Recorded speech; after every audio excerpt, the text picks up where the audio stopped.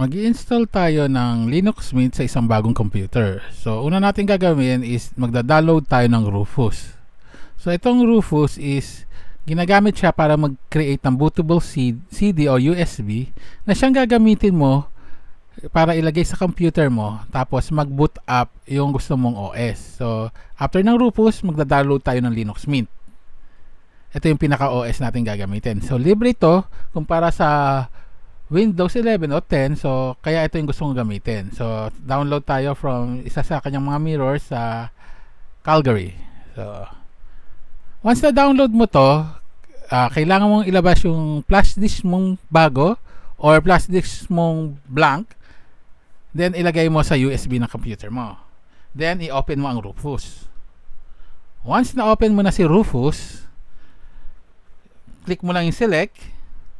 Then, hanapin mo kung saan napunta yung dinownload mo na Linux Mint na ISO. Usually, nasa download folder yon. Then, i-open mo. Then, hayaan mo lang MBR yung partition, BIOS, UEFI. Then, click mo lang yung start. So, ito nga yung software ng Rufus ngayon. Gagawin niya ng bootable yung Linux Mint. So, pag sinabi mong bootable, once sinaksak mo siya sa ibang computer, pag naka-priority yung USB niya on startup, ang unang mag-o-open sa computer is yung Linux Mint. Yung live version niya. So, pag live version, magagamit siya si Linux Mint, pero hindi pa siya naka-install sa computer mo talaga. So, kung gusto mo siyang i-install, meron naman doon i-process, i-click mo lang to install. So, ito, na-burn niya na doon sa USB. Gamitin na natin siya ngayon sa ibang computer. Ito, kinasinalpa ko na sa ibang computer. Makita mo, nag-run. Ito yung live version niya. So, ngayon, click natin to install. Nakalagay doon, install Linux Mint. So, click natin install. So, English. English again. Keyboard layout. Then, multimedia codecs. Install natin para sa mga videos. Ganyan. Then, hinahanapan niya ako ng saan ko ba daw hard disk ilalagay. So, bago yung hard disk ito, doon ko nilagay. Then, pangalan ng computer, etc. Password kung gusto mo maglagay. Pero mas maganda, maglalagay ka. Then, ini-install niya na si Linux Mint sa bago mong computer. Bakit Linux Mint? Una, walang bayad. Then, kahit pa paano madali siyang gamitin kumpara sa ibang Linux na OS, para rin lang kasi siyang Windows. Medyo halos kaparehas na siya ng Windows kung tutuusin. Dahil sa kanyang desktop environment, kung tama ba ako, hindi ako sigurado, hindi ako ganun ka-techy ha. So, papakita ko na lang sa inyo once na-install na kung ano ba itsura niya. And may mga software din siya kasi na katulad lang din sa Windows, which is lahat is free. Walang bayad. So, eto na tayo. So, kung makikita nyo, para lang din siyang Windows. Sa graphics, nandiyan yung kanyang ano ba tawag dito? Parang graphic editor niya. So, parang ito yung Paint katumbas sa Windows. So, check pa natin. Ano pa ba meron? Graphics. Ito, Firefox. Web browser niya. Ayan. So, pwede ka ding manood sa YouTube. Kung ano yung common na ginagawa mo sa web browser mo, meron siya. Firefox ang gamit. Meron din siyang pwedeng yung isang web browser, Brave. Yun, para pag walang masyadong ads, Brave ang gagamitin mo. So, tuturo ko sa inyo paano gawin yon. So, doon muna tayo sa YouTube channel ko. Yan yung laman ng YouTube channel ko. Manood naman kayo. Panoorin niyo yan. May magaganda dyan, may mga pangit, pero overall, just for fun lang naman siya. Yan. Ito yung mga dati kong laro sa Quantum. Wala na yung ganyan eh. Ayan eh. Kung gusto nyo makita, nandun na yan. Next, hanap tayo mga Office.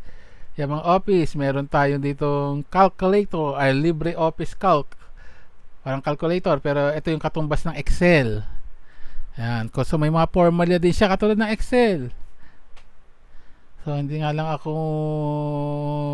sanay mag-Excel kasi, kaya medyo nahirapan ako. Equals nga ba ilalagay ko dito or what? Something ganyan. So, sa marunong mag-Excel, kung marunong kayo mag-Excel, ito, magagamit yun, yung LibreOffice na calc or calculator niya na tinatawag, parang calculator. So, Yan, same din yung mga function sum, di ba? So i-add niya lang yung sum niyan. Pag nag-automatic ka naglagay ng mga numbers, so i-add niya, ipapakita niya sa kabilang side kasi yun ang kinlik ko sa sum button. Yan ang pinaka-total niya. Anyway, close natin. The next, ano pang office ba meron siya? LibreOffice. Draw. Hindi ko alam kung anong parehas nito sa sa Microsoft Office. So para siyang angat ng konti sa ano ba to? Sa Paint, pero pwede kang gumawa ng mga schematics parang ganon. May konting Photoshop ang dating na parang Word ang dating na hindi ko maintindihan. So hindi ko alam kung saan ko siya half Word, half Photoshop.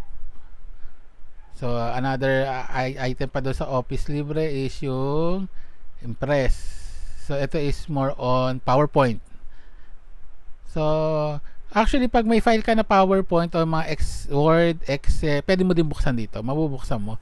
Vice versa, yung mga na-save mo dito, pwede mo din naman buksan siya sa Office kasi yung document niya is parang general. So ito writer, ito yung Word niya.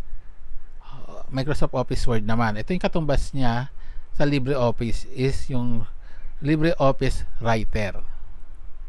Again, lahat to libre, walang bayad. So hindi mo kailangan magbayad. Hindi mo kailangan mag-crack na common pa na dahilan kaya nabavirus ka. Diba? So under, so yung mga ano ba ito? Media players, meron din sila. So anything pa na kailangan mo, i-search mo sa Linux Mint lang, type lang Linux Mint, kung anong same software, parang doon. Ito sa software manager niya, nandito yung mga iba't iba pang software na pwede nyo i-install for free.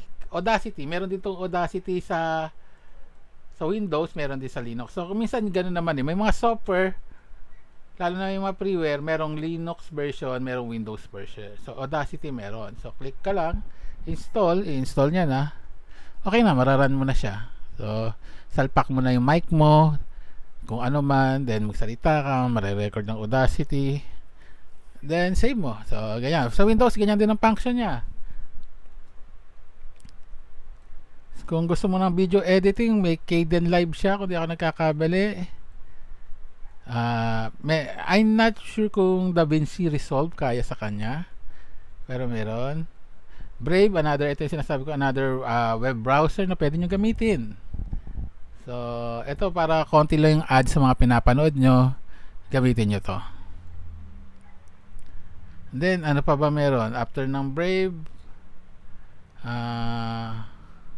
Marami pang option actually. Marami pang siyang option na web browser na hindi lang ako familiar.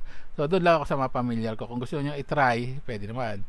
Marami siyang din, yung mga alternative sa Paint. Sa Photoshop, katulad ng GIMP. May alternative din siya para sa mga 3D drawing tulad ng Blender. Ayan, ito GIMP naman. Install natin si GIMP. So, di ba ang sarap mag-install kapag libre lahat kaysa yung ika-crack mo, i-download mo. Kung pang school lang naman ang kailangan mo, ito magandang gamitin mo, Linux Mint. Mga basic lang, internet, kaya na. So hindi ka na masyado problema. Yung nga lang, hindi siya mainstream, so babasahin mo sa internet o manonood ka ng video para matutunan yung iba't iba pang software. Pero basically halos magkaparehas lang sila, unless may special software ka na kailangan na walang version nun ang Linux Mint. So doon ka lang mahihirapan. Pero di ba ito libre. So kung gusto mo i-try muna kanya habang wala ka pambili ng Windows OS, so ito muna gamitin mo. Tapos pag meron na, install mo din yung Windows, dual boot ka na lang. So for another episode naman siguro yung dual booting, pero hindi pa ako marunong gumawa nun So in terms of antivirus kasi, sabi nila medyo safe ang mga Linux machine. So, bihira yung mga antivirus software para dito. So, yung Clamp TK lang dating meron sila. So, hindi naman masyado nang updated yata to. So, ang antivirus mo daw is common sense lang. Huwag ka magkiklik ng mga link na hindi mo alam. Ang kagandahan lang kasi sa Linux, hindi ka pwedeng mag-install hanggat hindi tinatanong yung password mo, parang gano'n. So, kaya maging maingat ka. So, usually kasi yung mga virus na i-install ng automatic sa'yo na hindi mo na nalalaman. Ito si Linux, once na may mag-i-install sa'yo, ipapop up ka ng password. Pag hindi mo binigay, hindi ma-install yon. Kaya sinasabi na medyo safe ang Linux kesa sa ibang machine. Pero technically naman, di ba, walang safe talaga na computer sa mga virus. So, meron at meron din, pero common sense na lang daw talaga ang kailangan mong pairalin. So, in case na yung parang ma-virus ka na ma-install lang ka, yun, medyo mahirap kay Linux. Pero ibang usapan pag yung mga phishing na sa website, yung nagkiklik ka ng link na napupunta ka so, na ibibigay mo yung kung ano mo, details. Yan. Spotify, kung gusto mo din, meron. And others, marami pa. So, pwede mo siyang itry. So, kung ako sa inyo, i-save nyo to o mag-download kayo pag gagawa kayo ng bagong computer, download nyo to sa ibang computer. Then, isalpak nyo sa bago nyong billing computer yung Linux. Magandang alternative talaga siya. Again, until next video tayo. Bye-bye.